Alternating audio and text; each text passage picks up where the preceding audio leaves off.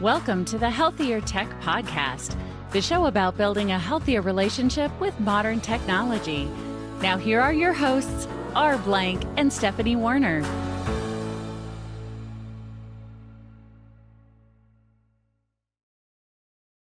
Today we're going to explore how technology can be used to improve our mental and physical well-being. Michelle P. Maidenberg is a renowned clinician and mental health advocate.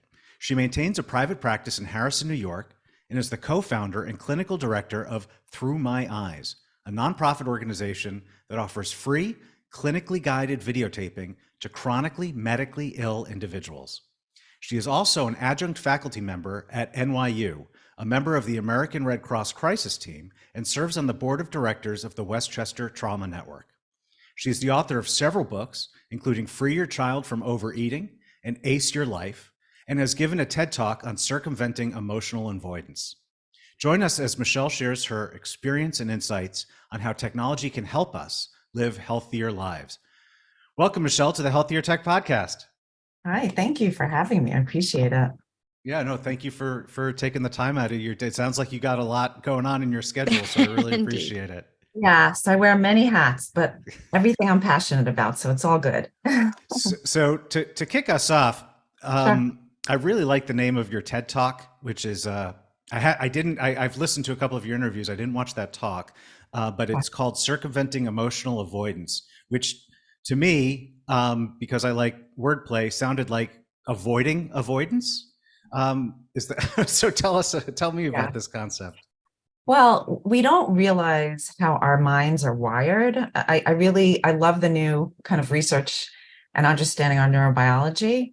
Because it really gives us a sense, instead of like self-blame and really getting shameful and getting into regret and all these really self-deprecating thoughts and feelings, we understand how we're wired biologically. And it gives us perspective on we're not to blame for the way we think and feel and act sometimes. And again, I'm not, absolving anyone from being accountable for their, behaviors, because that's really where it's at. But it's really understanding that our minds are wired to avoid discomfort and also to keep us safe. So avoiding danger and discomfort. And it perpetually, sometimes, in an unhealthy way, keeps us in that realm. So it's really leaning into, and like you said, avoiding. Yes, the discomfort. It's learning to be comfortable with being uncomfortable. And we're not going to readily just kind of jump into it. We have to really do it in a really segmented, way, so that we are open to it and we don't get resistant and then kind of back in the opposite direction. And that's what typically happens. And even if it's changing habits or whatever it is, right? If we want to change a habit, we're automatically going to feel uncomfortable, because it's unfamiliar. And our body and our mind is naturally going to resist it, for many, many reasons, whether it's because of the way we're socialized, whether it's the way we're raised, whether it's because of, again, unfamiliarity, whether it's fear. I mean, there's so many things that come up for us. So we're inclined to really resist all the time. So there's a lot there. I mean, there's more I want to get to, but there's a lot just what you just said. So, because you started by saying, we're so many of us feel regret, but at the same time, you said we're wired to avoid sense of discomfort. How do you jive those two statements? Because regret is pretty uncomfortable, yeah? Yes. Well, regret is also very purposeful, right? Because we learn from our experiences. Okay. Hopefully, not everything. Right. Sometimes we actually repeat patterns of behavior because it's familiar and comfortable. When I say comfortable, right, I'm saying with quotation marks. Oh, I see. So like habituated. That's right. The comfort comes from patterns. It comes from familiarity. It comes from, and again, it's sometimes we're on autopilot. We don't even realize it. We just like naturally fall into patterns of behavior because it's something we're used to. It's natural to us. So like, I'll give you a personal example. Anger is actually a very comfortable feeling for me. For other people, anger is like a plague, right? They avoid anger like the plague. Me, I like anger. It makes me feel strong and powerful. And I grew up in a home, and I won't go through my whole history, but I grew up where we could scream, yell, and whatever, right? And then we could walk away the next minute and everything's forgotten. So it's not threatening to me. Anger is not threatening.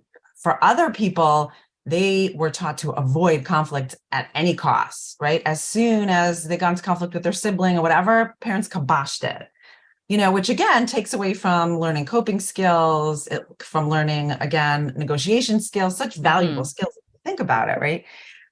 So it has to do. So I recognize that about myself. And sometimes I like it so much, right? I feel so powerful. But it's inauthentic power when I assert it in the wrong way, right? So I have to be careful with that. I have to be like, oh, I feel really rageful right now and I could really lash out. And I get my needs met by lashing out, by the way, because people then take me really seriously, right? But that's not how I want to be. That's not who I am. That's not my authentic self. And it really is not in line with my values. So, that's an example. So we really, again, we have to understand, like, even though it's familiar and it's comfortable, it may not serve us well. So how do you step through, right? Because there's a lot of variables there that you have to trade off. There's what you're inclined to do. There's what you're habituated to do. There's what you want to do. There's who you want to be. When you're working with a client or a patient or teaching a class, what's the process by which you help these people sort of explore those variables? That's a great question. And I'll use an example from yesterday because it was so poignant. So it was a person, I actually had the experience, which was lovely, of treating his two boys, which was really, nice. So I know the family really well. And again, I'm not going to get into the ethics of it. Of course, I got consent from the boys because I would never, I would want to make sure, obviously, that it didn't compromise our treatment. And I'm not in treatment with the boys anymore, just saying, So the father approached me and he wanted to be in treatment because I helped his boys so much. He was very thankful. So again, first checked with the boys, made sure that everybody knew that this is completely confidential. And even if somebody says, even if he says, are you still seeing my son? I wouldn't be able to answer him because the sons are adults, etc. I'm not going to get into all that. But guess what? He is in a very, very unhappy marriage. Okay. And it's a long marriage. And he talked about, some, I'm going to say, activity that's going on, that is not in line with loyalty. Mm-hmm. Okay. Now, he then talked about the struggle of of leaving the marriage because of loyalty. Interesting, right? Yeah, right. So his core value is loyalty. Okay. So we talked about what's keeping him in the marriage, or what kept him in the marriage all this time is loyalty, right? And also his perception of family that's attached to loyalty, right? So, and again, there's conflicting values because there's loyalty on the one end, that's a really core value of his. And then there's also living a fulfilling, content life, right? So those two are in opposition of one another. And those two are very formative values for him. So that was one. Number two, okay, which was really critical. I said to him, and I kind of held him accountable. I go, wow, you've been talking to me the whole time about loyalty and how critical that is to you. But you're not really living your life in a way that's really in accordance to that value. So it's being compromised. So I'm not sure. I know that's important to you, but are you really living authentically? Yeah. And he said to, he's been in therapy with other practitioners in the past. And the first thing he said to me was, I'm going to be talking for 15 minutes. I want you to talk for the rest. Because every time I go to therapists, all they do is they're like, yes, me, and they're supportive. And I don't need that. I need somebody who's really going to hold me to the fire. And I was like, oh, you got the right person. And I did. And I said to him, you need to realize you just talked about loyalty at least 5 times it came up, but you're not living in your authentic life. And he was dumbfounded. He didn't know. He said, wow, I didn't even realize that. I said, yeah, it's a little bit of a disparity here. You really need to be thinking about how do you want to live the rest of your life? right? How do you want to really align with that value so that you're really feeling like you're living an authentic life? And I said, I really want you to think about that. And, he, like I said, he paused. So much so that he asked me for another session this week. Wow. So I'm seeing him tonight again. I bet he's had a lot of time to sit and, not a lot of time, but he's done a lot of reflecting, because I know for myself, when I've had those huge epiphanies through therapy, that it's you can't help but think about it. And I wanted to ask, I understand you co-founded Thru My Eyes, and I was wondering if you could tell our listeners what that is and what inspired you to co-found it. Thank you. It's my baby, and I like have such a connection to it. So interestingly enough, and I'm going to say this 'cause it's important. So it's the mission, which, you spoke of before. I'm not going to repeat it, but it's really it's like legacies. It's living legacies for families where somebody unfortunately is really going through a chronic medical condition. And unfortunately, most people, it's the end of life for them, because of various disease and etc. And I filmed, people of all different ages, but a lot of young, individuals with children, and some with young children. But every time I do a video and every time I interview, there's such gratitude that they're able to leave this legacy. I came up with about a 200, questionnaire, which they then extrapolate based on the topics that they're interested in. They extrapolate which questions they want to respond to. So it's customized for each person based on, again, what they want to convey to their families. It's helpful because it's left, like I said, it's left and it's forever, right? It's enduring, and it goes through the course of their lives, developmentally, from when they're, their childhood to their career, to their family, to even if they want to talk about their illness, like they have access to talk about that, friendships, a message that they want to send to their family or children during developmental milestones. What would you say to your child when they're graduating? What would you say to their child, when they get into their first relationship? These are things that are so critical for people who are at end of life. They really want their leaving impressions, and they want to leave life lessons to people they love. So this has been a really incredible process for me. I've done over 300 videotapes over the years. So what I've come up against, and this is really, I hope there's somebody out there, honestly, what I've come up against is the structure by which it was in the past was we used to go to people's homes. This was pre-COVID, actually. We used to go to people's homes. We used to have a videographer and offer it face-to-face. What I've done over the years, and this has been incredible, is I've offered it, and it was for free, of course. It's now I offer it nationally across the United States. It's offered to people of all different race, religion, socioeconomic status. People are able to record despite, their ability to, to afford being videotaped. And also people don't have access even to Wi-Fi. I videotaped this a woman the other, a couple months ago. She had 7 children. She was literally in the middle of rural America, didn't even have access to Wi-Fi, that she actually had to record at her doctor's office. She asked permission to record there. She would never have access otherwise. So the problem that we're having now is I really want to make up a new platform, because the way that it was structured before, the nonprofit would die with me, so to speak, because we relied on fundraisers. So I did come up with a platform, but it takes funding because we need to market. We need to market. Again, I have no ego in this at all. I'm willing to partnership. I'm willing to give board seats, whatever it takes. And the amount of money that it needs, relatively speaking, is really minimal, I have to tell you, relative to other nonprofits. And the structure that we came up with is we're going to actually charge a very minimal fee, which is like $2.99. We came up with that fee. And that's going to defer the cost of people who cannot afford it. So it's also giving back, which is I feel it's a lovely structure for people who are recording. They know that they're giving back to others who can't.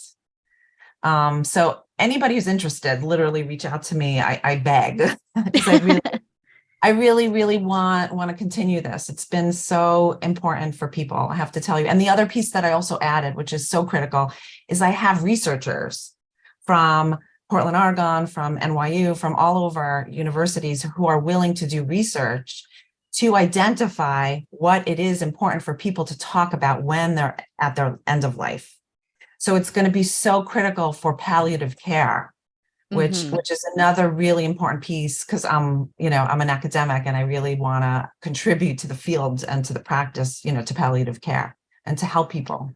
Is there a personal drive for you behind the mission for Thru My Eyes? Because you seem very passionate about it, and I'm wondering what led you to focus on this specific aspect. Thank you for asking that. Yeah. So I am I used to be a little bit of a gym rat. Now I work out at home, but still work out. There was a woman, her name was Dee Dee, and she was 36 years old, a beautiful woman that I used to be with at the gym every day. And we used to sit by the mirror when I used to get dressed for work. We used to talk. And she had her second bout of breast cancer and a 9-year-old daughter. And she actually gave birth to her daughter after she had her first bout of breast cancer. She considered her daughter a miracle because because of the fertility issues after the chemo and radiation. She wasn't, again, the doctor said she cannot have children. She ended up getting pregnant and having this beautiful daughter. The second bout of breast cancer, she was 9 years old, and she approached me because she knew, again, my profession. And she said to me, listen, I want a videotape for my daughter. And I don't know what to explore on the videotape. I don't know how to videotape. I don't know what to do. And I said to her, don't even worry about it. I said, I'm going to take care of this for you. And I called Sloan Kettering, which is a hospital that serves cancer patients. They offered it. A, you had to ask for it. B, you had to do it at the hospital, and it was very expensive. And a bunch of us chipped in at the gym, but she had to do it. Again, literally, she spoke to the camera, did not have any questions, and she asked me, she said, she consulted with me, what should I speak about? What should I talk about? My daughter's 9, et cetera. So that's where I kind of came up with this idea. I'm like, somebody who's going through that, should not be speaking into a camera. It's so impersonal. They should not be at a hospital. They should be in the comfort of wherever they want to be, for that matter. And the third thing is they shouldn't have to incur such an expense, because there's so much expense, obviously, during illness. And I just thought it was absolutely egregious. And I was so enraged about the whole thing. I did research, and there was literally nothing available, which was fascinating to me and very disappointing. And then I decided, I have to do this. I'd have to do, and she was alive. She was still alive when this came to fruition, which was so satisfying to me. And the other thing she asked me, I'll never forget this, but she was a stay-at-home mom. She never, ever had babysitters or didn't know anything about childcare. And because I work, I always had childcare. So she said to me, the one thing I need from you, I need the videotaping, and I need to have childcare arrangements. And I did. I set that up for her too. And I was so happy to do that for her too. I actually interviewed people for her, and set that up before she died. But she died, and she was the most inspiring person. I mean, till the very end, and I'm not even kidding, till the very end, she would come for boxing classes. And I said to her one day, I said, she had such a positive attitude. She was literally, her hair was falling out. She was getting sicker and sicker. You could see her, her skin changed because of jaundice. I said, how do you stay so positive? And she said to me, I decided I could either live out the rest of my life miserable and bitter, or I could be happy and positive and embrace every single moment of my rest of my life. And that's what I'm choosing to do. And I was just like, wow. Wow. That is yeah. That this just popped in my head. I hadn't thought about this in a long time. I don't know if you may have seen this, but back in, I think it was the early 90s, there was a movie with Michael Keaton called My Life, where he did. So yeah, he's a young, his wife is pregnant, and he discovers he has cancer. And the part that triggered for me here was, I remembered he was making all of these videotapes to teach his future child who would be born after he died. And I remember there was the one, you always want to shave up and down, never side to side, things like that. Most people, from my experience, just so you know, most people tend to write, they don't videotape. Oh, yeah. Yeah, which is interesting because I've asked people, because again, this is what I'm interested in, and for some reason they tend to write, but telling their history with video and also audio, obviously, Hmm. very magical. That it's Yeah. coming from the voice of the person, is incredible. Yeah, and I've subsequently for example, my grandparents, all four of my grandparents were Holocaust survivors. Oh, I videotaped them. I videotaped a very one of my closest friends who died of lung cancer. I videotaped her and I gave it as a gift to her family. It was a surprise when she passed. So it's been like such an incredible process. And with my grandfather, just to let you know, he would never talk about the war ever. He was very traumatized. His entire family literally was wiped out in gas chambers, and I mean, just such atrocities. He would never mention it because he had such extreme PTSD. And the day that I videotaped, it was so crazy. He had like a little bit of dementia and Parkinson's, like the onset. The day that I got there, completely lucid, and was talking about stories about the war that I've never heard in my entire life. And we never would have heard them if I didn't record him. So just like Wow. incredible. Yeah. So earlier, when we were talking about avoiding avoidance, we got Yes. to a discussion on the importance of finding your core values. And I'm wondering if there is a connection between core values and the work that you are doing through My Eyes. Oh, most definitely. Yeah. Yeah. So So what is that? Yeah, so my whole work, I mean, all of my work is really encompasses, values. Like I'm a very value-based therapist, and I actually have a chapter in my book that speaks of values and how to identify your values. It is such a critical piece of the work that I do, and it is so essential in terms of enhancement and personal growth and any realm, by the way, whether it's in personally in relationships, if it's in your career, if it's within your family, relationships, and I could go on and on. It is, and I love it because my clients, even my younger ones, like my teenage clients and they use the word, like they throw around my lingo, and I'm like, yes. Like I love it. I'm like, you get it. So my core values are kindness and thoughtfulness and, service to others.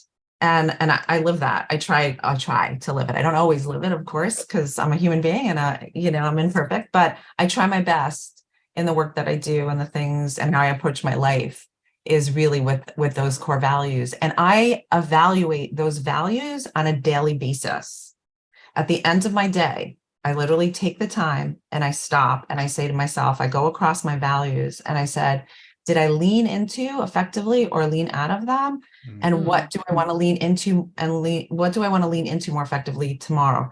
The reason why I really stress that that's a really important skill and also exercise to do is it is so less demeaning and so much more empowering to us as human beings. Because when we see ourselves, let's say I'll use parenting as an example. If let's say I didn't lean into my parenting value as much as I wanted to because, I was irritable and whatever the case was. So I was a little bit aggressive in my approach, more than I wanted to be. I don't say to myself, I'm a horrible mother, because that's what we say, right? We put ourselves down, we feel awful about ourselves. It affects our confidence, it affects our approach to parenting. I say, you know what? I didn't quite lean into my parenting value as much as I really wanted to. right. I need to do a better job tomorrow. And I know I have the ability to do that. And then I could be proud of myself. Like, what a great mother I am. That's so important to me that I'm considering this and that I'm going to make an effort, a concerted effort and a conscious effort and a mindful effort to do it tomorrow. I like that framing. Um, and I see how the work that Through My Eyes does helps you with your core values, helps you express and live them. I guess the question I was more aiming at is right because you formulate this questionnaire that helps guide the The, the the, the the interview. subject, Sure.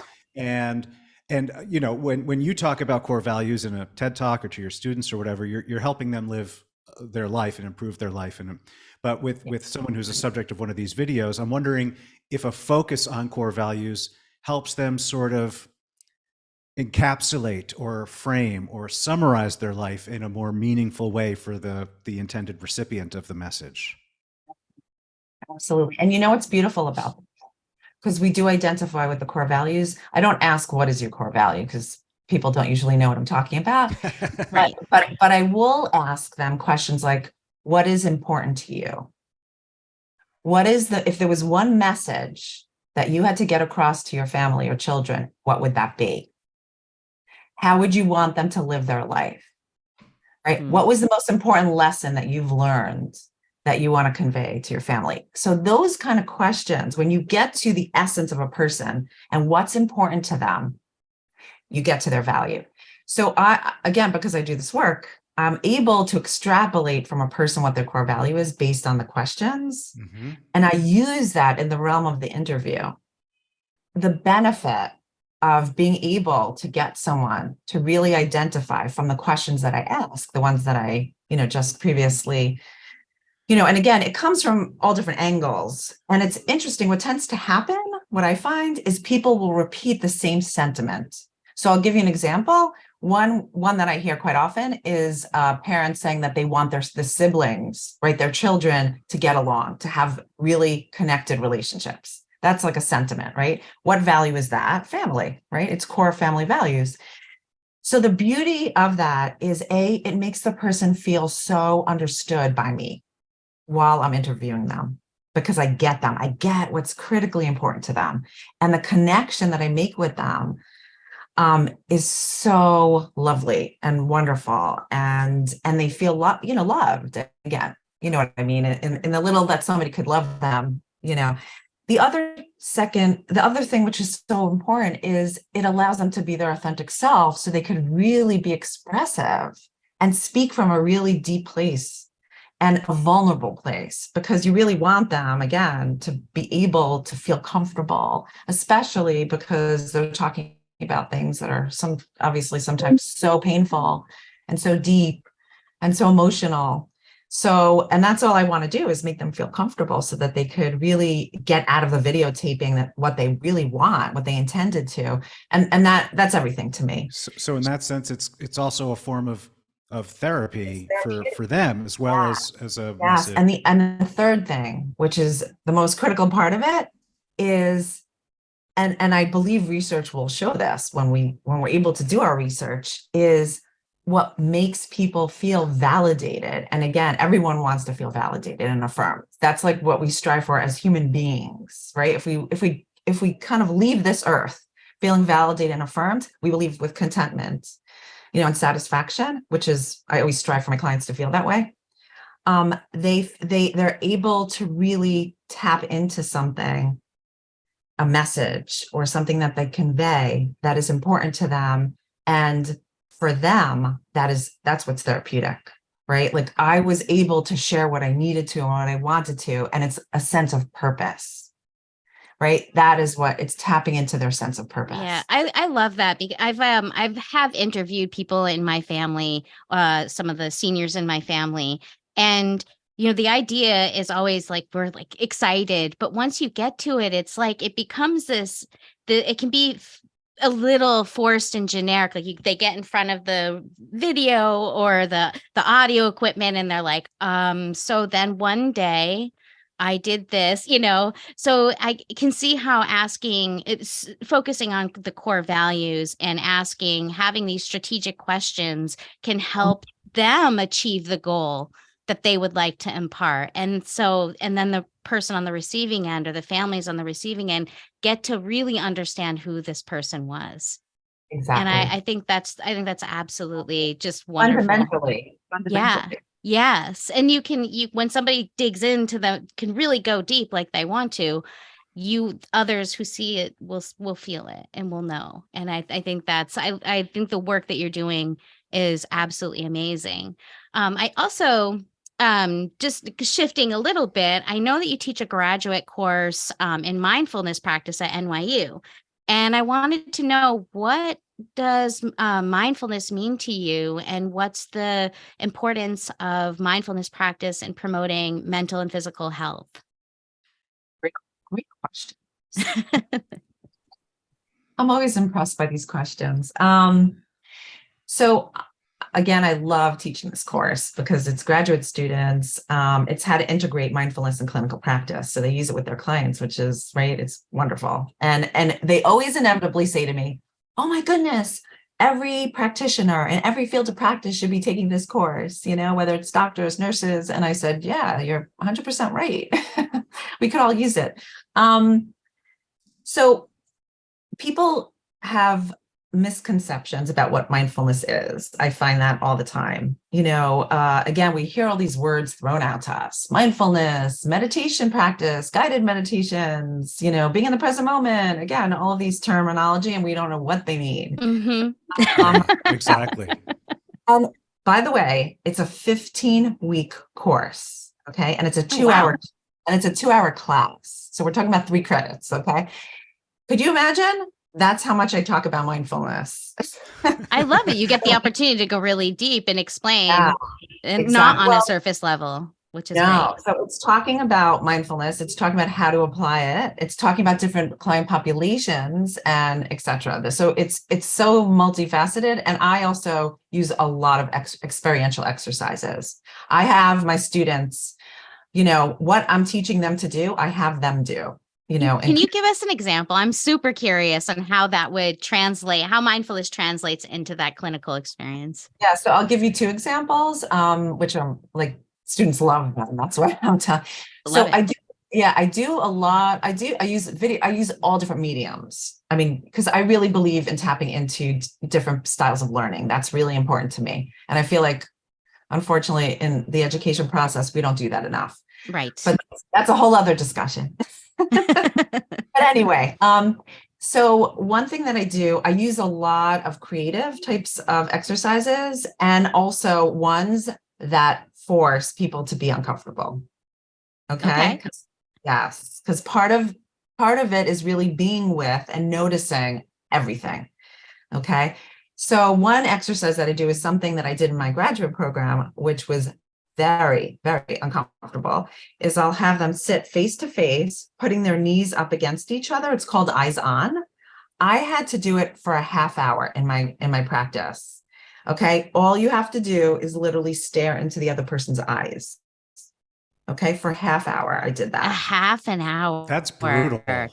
I've done it I've done a similar exercise for about 10 minutes and it was rough. So for my graduate students, I first of all, I make sure that it's not with somebody they know personally and that they're connected to, because I think that's important.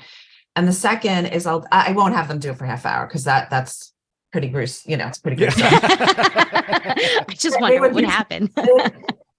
Also, I'm also very cognizant because I'll say, for some people it could be also very triggering because of various reasons, so I'm very sensitive to, to kind of all of that, but I'll have them do it for about 7 to 10 minutes. Yeah.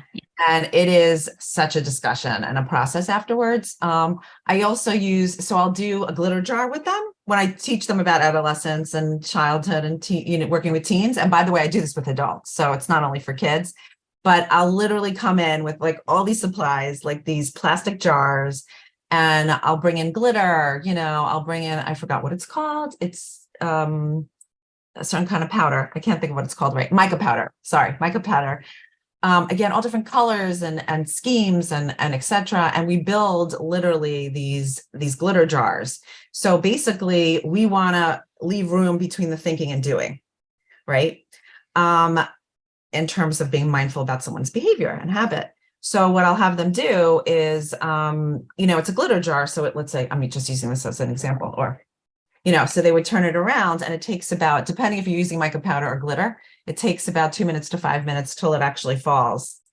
And we talk about what that would be like to, let's say you're activated in a rage of anger, or let's say you're anxious, like what would it be like to sit with that? So I'll do a guided meditation with them, eliciting those feelings, and then I'll have them sit with it without, necessarily speaking or, just really sitting with the visceral feelings in their bodies.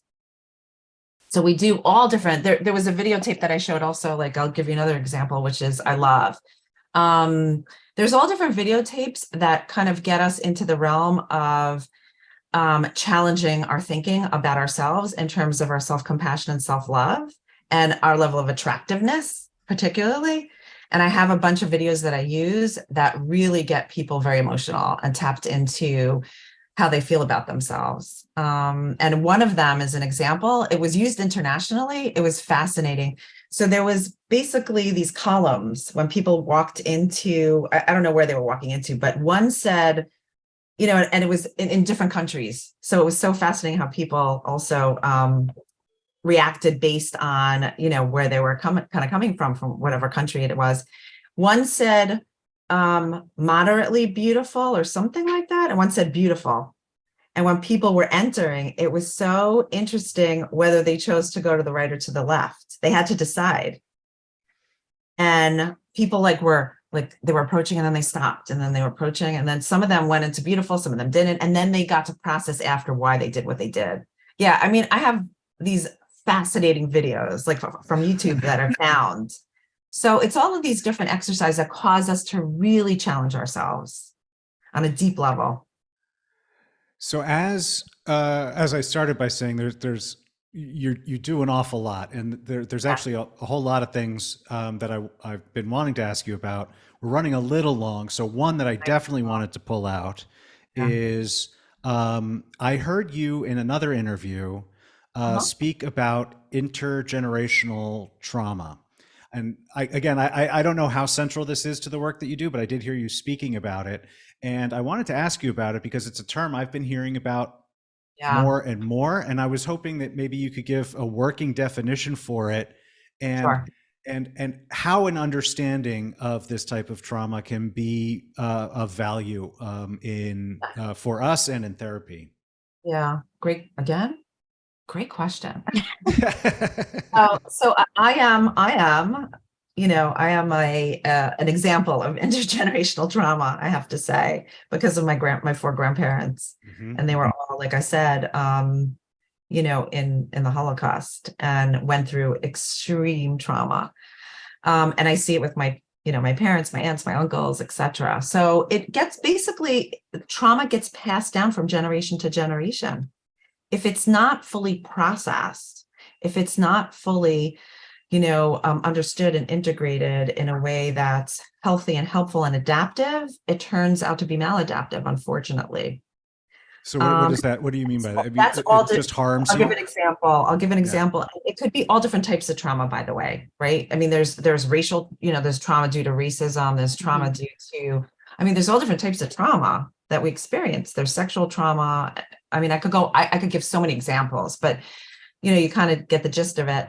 So if we don't work, and I'll give you an example with my grandfather. One of the things that came out from the interview with my grandfather, which I never heard before, is when he emigrated to the United States, he was having horrible dreams and horrible nightmares, literally these horrible nightmares. And he went to his rabbi and he consulted with the rabbi and he said, I don't know what to do. I keep on thinking about my mother and I'm traumatized by it. I can't work. I can't think. I can't. And the rabbi said to him, it's over. Just stop thinking about it. You just need to move on. And when he said that to me, I'll never forget it ever. I had tears streaming down my eyes. And I had such a visceral reaction to that because I was thinking about, I couldn't get it out of my mind, how he was sitting and repressing these feelings for all these years. And you know how it came out? Unfortunately, my grandfather was a lovely human being, but he had so much aggression in very, very harmful ways, very harmful ways. I love him to death, but he was emotionally and verbally abusive. He was. And it trickled down.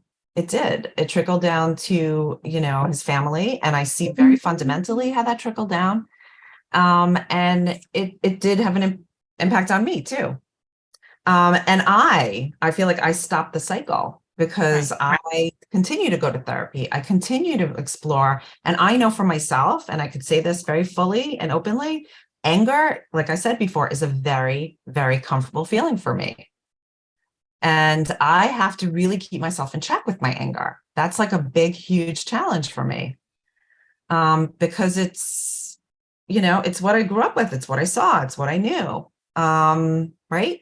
And my neural pathways, again, our neural pathways get, integrated in a way where this becomes part of the way we think, we feel, we behave, etc.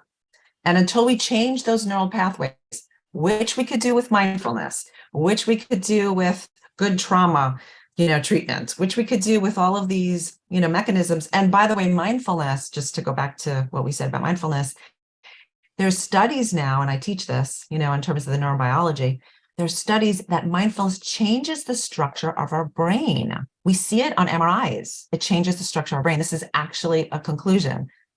Wow. Fascinating, because we have neuroplasticity in our brains. Our brains are plastic. It can actually change. Huh. So, yeah. No, continue. I know, that's all I was going to say about it.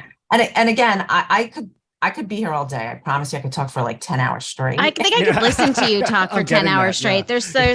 There's so much in I'm happy to be on again if you ever want me to be on again. I'm so happy to be on again. I'm just saying, because that topic is really it is. I've heard that term a few times, and I've heard it used in maybe not the same term, but in reference to race, and passing down some of the trauma that comes with being, treated a certain way because you're a different race, and then passing that down generationally.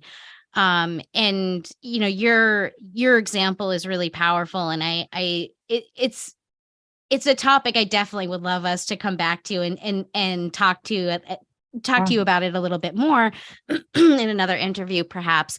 But we have taken a lot of your time, and we can talk, I'm sure, for hours. But I did want to touch on one thing before we do exit the interview, which is your new book, Ace Your Life, Unleash Your Best Self and Live the Life You Want.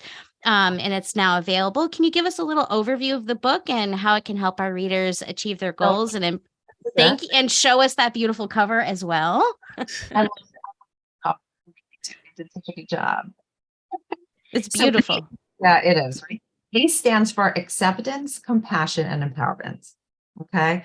And what I do in the book is I start out by talking about our brain, and I talk about the neurobiology and how it's formed and what drives us, et cetera. And that's really critical psychoeducation to have. Every person, I think, in this universe needs that. Second chapter is on our values. Again, I also talk about specifically how you can establish what those are. And then in the three, I break it up into three parts, which is acceptance and compassion, empowerment. The first chapter on each, I talk about the barriers to each, and then I talk about how to integrate it, which is very important because there's a lot working against us in this society, in our culture, in our families, and across the board. I could go on and on. This is a way to live your life, literally. And I use this with kids. I use this with teens. I use this with adolescents. I use this with adults across the board. This has saved my life, and I really mean it. It's changed my life. It saved my life. And I could give you so many examples of how I've used it with, clients, patients I've worked with. And I mean, literally from here to here, where they're really living authentically. And I say to them, I am so proud of you. Literally. Just yesterday, I was with this woman. She's college age. When I started talking with her, she couldn't even speak to strangers. I'm not even kidding. She couldn't ask strangers questions. She was so socially anxious, beyond. And it was really wreaking havoc in her life on so many different levels, in so many realms, where she also had like a difficult relationship with her brother, and she couldn't assert herself, and she was miserable in her own home. It was just, anyway, now, I mean, I was floored by what she was telling me. She's in an internship. She's in a graduate program. She's asserting herself with her supervisor. She's doing things like I couldn't even imagine that she'd be able to do. I mean, just incredible. And she said to me, we did like, again, we reevaluate her values because she's at a spot where like, maybe you want to tweak those a little bit. And she's like, I can't even believe where I'm at. Like she said, talking to strangers. Oh my goodness, that's so easy. I was like, do you believe yourself? Like, do you hear yourself? So it's so wonderful to see people thrive and really living authentically. Yeah, no, it's really, I mean, I can only imagine what it's like to Yes. be able to have that type of impact on people. And Yeah. I really appreciate you taking the time out of your incredibly busy schedule to come join us here Of course. on the Pleasure. podcast today. This is Michelle Maidenberg. Her URL, which will be in the show notes, is michellemaidenberg.com, and we'll spell that out in the show notes. Her most recent book is Ace Your Life, Unleash Your Best Self and Live the Life You Want, which you can learn about on her website. Her TED Talk is Circumventing Emotional Avoidance, which you can also find on her website. And Michelle, are there other places you would like our listeners to connect with you? I do a weekly, in case you're interested, I do a weekly guided meditation that I offer on YouTube. People love those on all different topics. I'm also a Psychology Today blogger. So I write tons of articles on many, many, many different topics that, I try to publish one at least once a month, sometimes more than that. And it's on so many different topics. So, there's hundreds and hundreds of articles I've already written. So if you look at my website, you could get hold of those articles too. Excellent. Well, thank you again so much. This has been a really enjoyable and educating interview. Yeah, absolutely. So nice meeting both of you. Thank you so much for listening to this episode of the Healthier Tech Podcast. Remember to check the show notes for all the links and resources mentioned in the show. Please like and subscribe to the Healthier Tech Podcast on Apple, Spotify, or your podcast platform of choice. Get your free quick start guide to building a healthier relationship with technology and our latest information at healthiertech.co.